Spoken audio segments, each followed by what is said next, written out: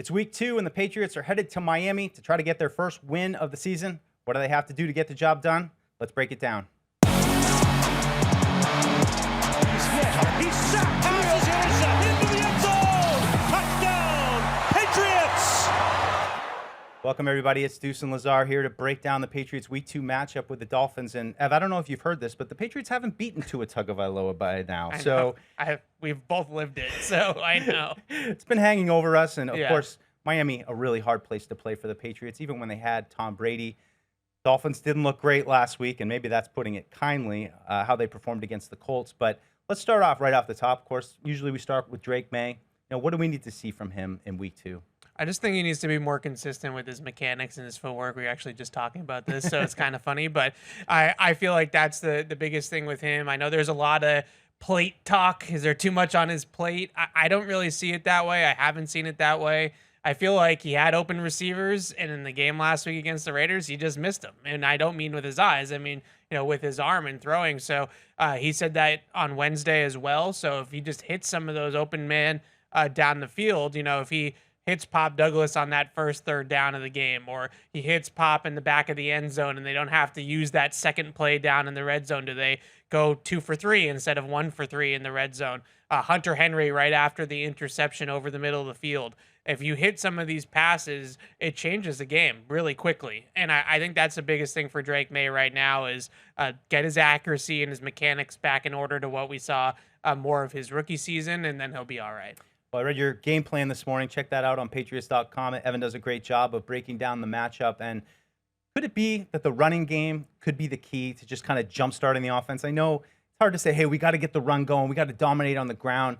Indianapolis didn't dominate on the ground, but they had enough of a complementary run game that they were able to, look, everything was clicking for Indy. Probably a lofty goal to think it's going to look like that. But What would it mean for the Patriots if they could just get those early down runs in positive yardage and manage those later downs? Yeah, exactly. And I understand some people are always weary of the 3 yards in a cloud of dust with the run game. But the big thing to me with the run game is being able to scheme off of the run game. So when you have the run game going a little bit, then you can play action and you can move the pocket. You could RPO or read option if you want to out of the shotgun, and it just creates layups for Drake Maye. Easier throws with bigger throwing windows down the field where he's not just drop back passing and expecting to pick apart a defense. If you have that ability to run the football, play action off the run game, it just opens up the entire playbook and it makes it a lot easier on the quarterback. So I think the run game, some of the things that you saw last week, obviously it's just pretty simple to just blow guys off the ball and just be a little bit better with their techniques and the run blocking. But I would also say on Josh McDaniels, just spicing it up a little bit, have a little bit more window dressing, have a little bit more motion, a little bit more misdirection or deception to the run game, and not just run it right at the Dolphins defense, and maybe they can open up some holes. Just to wrap up this side of the ball, Dolphins really banged up on defense, banged up on offense as well, but in the secondary, they still have their top 3 pass rushers, Jalen Phillips, Bradley Chubb, and Chop Robinson now in his second year. But those guys were held to just 1 sack, 2 quarterback hits last week. Again, the game unfolded out of their favor. There wasn't going to be a lot of, that kind of opportunities for them to rush the passer. But Morgan Moses pops up on the injury report this week, misses Wednesday's practice. Are we concerned about these pass rushers? Well, you're always concerned about the pass rush until the Patriots offensive line delivers consistent performance week in and week out. In that regard, week 1 was a step in the right direction. I felt like it didn't really snowball on them until you get into the 50-plus drop back range in the fourth quarter, and then you got 2 rookies on the left side playing their first NFL game. So this goes back to running the football and being able to have balance, which I think is really important against a good pass rush. Bradley Chubb coming off that major knee injury, he ripped like 3 tendons in that knee, ACL, meniscus, the whole thing. He hit the cycle. Yeah, so he was out for the entire year last year, had a sack last week, but I didn't really see the old Bradley Chubb just yet. But you mentioned Chop Robinson on the right side. That is a screamer, as they like to call him. That guy flies up the field, great get off, great explosiveness off the edge. So finding ways to change up the pitches and make sure that he can't just tee off on right tackle, which I think will be Morgan Moses, we hope. But whoever it is, I think is going to be key. Let's flip to the other side of the ball. And of course, last week, Dolphins offense really struggled in a way that we haven't really seen them struggle against the Patriots. Going back to last year, I mean, Tua had maybe statistically his best game against the Patriots, 4 touchdowns, 128.9 quarterback rating, completed 72.5% of his passes. Like, they just have not been able to figure this guy out. New defensive scheme, though, under Mike Vrabel. Can it make a difference? Can this new attacking style be the special sauce for this defense? Yeah, I hope so because he had some success against Tua in 2023.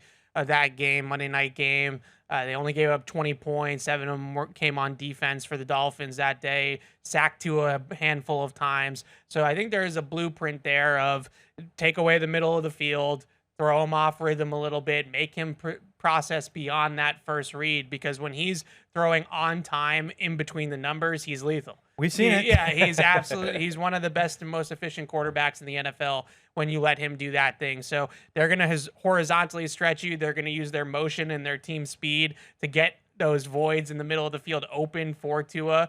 And I think one of the real chess matches within the chess match here is how are the Patriots going to match heavy personnel. The Dolphins love to use a fullback. They play a lot of 21 personnel. Alec Ingold, Vrabel highlighted him earlier this week. Really good fullback for them. But I think one of the chess match thing that always gets teams tripped up with Miami is that if you put 3-corner nickel out there, then they're going to run you over with the fullback and Devon Achane. But then if you put 3 safety or if you put base, then you have Tyreek Hill and Jalen Waddle against linebackers and safeties in the middle of the field, and that's when Tua goes to work. So how are the Patriots going to match run formation from Miami? Can they hold up in the run game long enough in 3-corner nickel? I think is probably going to be what decides this game. So last week, Colts played a lot of coverage. I mean, they seemed content in zone. Didn't really get a lot of pressure, but were still able to, confound Tua, and that to me is almost scary because looking at it, it's like Tua was off, and he's missing that first interception that throws. He doesn't miss against the Patriots usually. But is there something schematically you think that the Patriots could do defensively against the pass to maybe cause him to get off of his first read and have to read through the progressions? I mean, I'd say the second interception, that seemed like one where, Latu drops back and he doesn't see him, and those are the kind of plays I think the Patriots defense is looking to make, and certainly turnovers would be huge. Yeah, I thought what the Colts did a nice job of was taking away the middle of the field. And I really think that that's the key. And when you went back and watched Vrabel in 2023, they played a lot of 2-high safety defense. So they put the 2 safeties up top to put a lid on that, Tyreek Hill and Jalen Waddle on those vertical routes. And then they would put a safety right in the middle of the zone. And he would just sit there in the slant and dig window and beg Tua to throw the ball there. And it caused Tua to hold the football and then have to progress to his second or third read or even to the check down and just take profits underneath the defense. The Dolphins really over the last couple of years have not been as explosive as they were when Tua and McDaniel first paired up early on. They've seen more 2-high safety defense than any offense in the entire NFL. That has a lot to do with it. Over 53% of the time, Tua sees 2-high safeties. So they're trying to make sure that he can't throw deep, and they've done a decent job. It's been a year since Tyreek Hill has had a reception over 30 yards. So it's not the fact that they're not trying to push it down the field, but this is what everybody's taking away from them. And if you're the Patriots, if you can take away the deep part of the field, you can take away the middle of the field and funnel everything outside the numbers, you have a chance. Yeah, Tyreek Hill not having to catch over 30 yards. Last week, Patriots gave 9 plays of 20 yards or more. That's a big key for them, shutting down those big plays as well. Yep. That's going to do it for this preview. Be sure to tune into the Patriots pregame show, which will start at 11:45 on Sunday morning. And otherwise, we'll see you Sunday.